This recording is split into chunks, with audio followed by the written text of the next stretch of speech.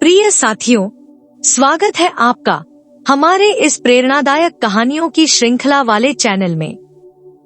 आइए शुरू करते हैं महाभारत युद्ध के प्रथम दिवस के युद्ध पूर्व की घटनाओं का चित्रण और भगवान श्री कृष्ण तथा अर्जुन के बीच गीता के उपदेश का कथानक विवरण। इस कहानी का पिछला भाग हमने इसके पहले वाले वीडियो में कह सुनाया है। आज उस कड़ी को बढ़ाते हुए हमने इस महाभारत के युद्ध के कुरुक्षेत्र की पहली सुबह की भाग 10 साधना का सम्मोहन की कहानी सुनाएंगे। हमने इस कहानी के पिछले भाग 9 में बताया था कि श्री कृष्ण बोले, हाँ, ऐसे व्यक्ति का कर्म यज्ञ रूप लिए होता है और वह अपने अंतःकरण की शुद्धि के लिए कर्म करता है। यह भी एक महान साधना है। ऐसा व्यक्ति कर्मों के पथ पर चलता हुआ भी सच्चिदानंदन परमात्मा के स्वरूप में स्थित हो जाता है। आइए इस कहानी को आगे बढ़ाते हैं। आज के कहानी का शीर्षक है महाभारत का युद्ध कुरुक्षेत्र की पहली सुबह भाग 10 साधना का सम्मोहन। भगवान श्री कृष्ण और जिज्ञासु अर्जुन की चर्चा जारी है। अर्जुन उनसे प्रश्न पूछते हैं, हे केशव, प्रत्येक कार्य मनुष्य के द्वारा संपन्न होते हैं और अपने अपने विवेक से सभी लोग कार्य करते हैं। फिर परिणामों में अंतर कहाँ है? कुछ लोग अपनी इच्छा के अनुसार फल प्राप्त कर लेने के बाद भी संतुष्ट नहीं रहते हैं। श्री कृष्ण ने समझाया, वास्तव में उनकी इच्छा सांसारिक पदार्थों को प्राप्त करने को लेकर होती है, जो लगातार एक वस्तु को प्राप्त कर लेने के बाद बढ़ती ही रहती है। ऐसे में स्वयं पर नियंत्रण प्राप्त करना अत्यधिक महत्वपूर्ण है। इसका अर्थ है स्वयं को पा लेना। अर्जुन बोले, समझ गया प्रभु। अगर यह कार्य हो गया तो सांसारिक वस्तुओं को प्राप्त किए बिना ही मनुष्य प्रसन्न चित्त रहता है। उसके चेहरे पर मुस्कुराहट और उसकी हंसी केवल सुख साधनों को प्राप्त करने वाले व्यक्ति की तुलना में कहीं अधिक स्वाभाविक होती है। ईश्वर को प्राप्त करने के मार्ग में दिखावा और आडंबर नहीं होना चाहिए। इसे स्पष्ट करते हुए भगवान श्री कृष्ण कहते हैं, जो पुरुष कर्मफल का आश्रय न लेकर करने योग्य कर्म करता है वह सन्यासी तथा योगी है। केवल अग्नि का त्याग करने वाला सन्यासी नहीं है तथा केवल क्रियाओं का त्याग करने वाला योगी नहीं है। अर्जुन इस कथन का अर्थ समझने का प्रयत्न करने लगे।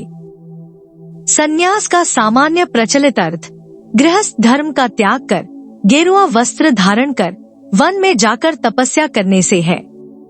अर्थात जिस व्यक्ति ने अपने परिवार, संबंधों और सांसारिक दायित्वों का त्याग कर दिया हो।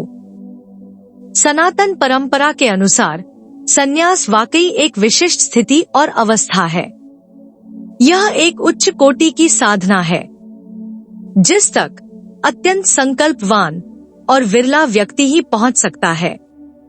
वे सोचने लगे, भगवान कृष्ण एक युग दृष्टा है, विचारों से भी अत्यंत दूरदर्शी हैं और आधुनिक विचारों और नई सोच का प्रवर्तन करने वाले भी हैं।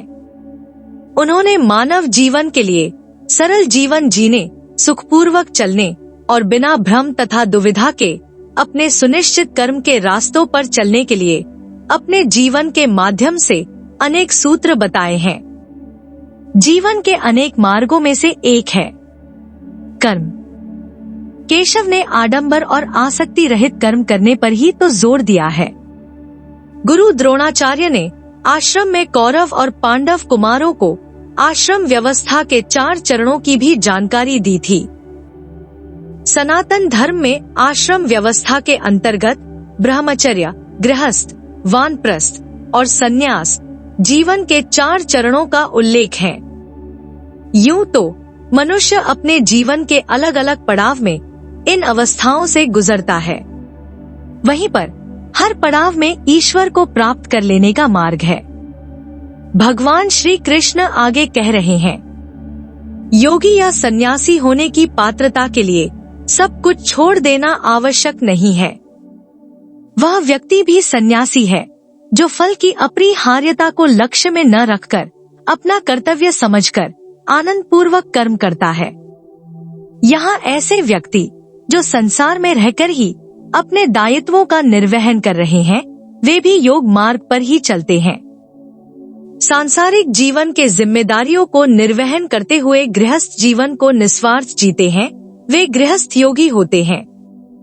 अर्जुन आगे पूछे, तब जिन्हें हम सन्यासी कहते हैं वे लोग क्या हैं भगवन?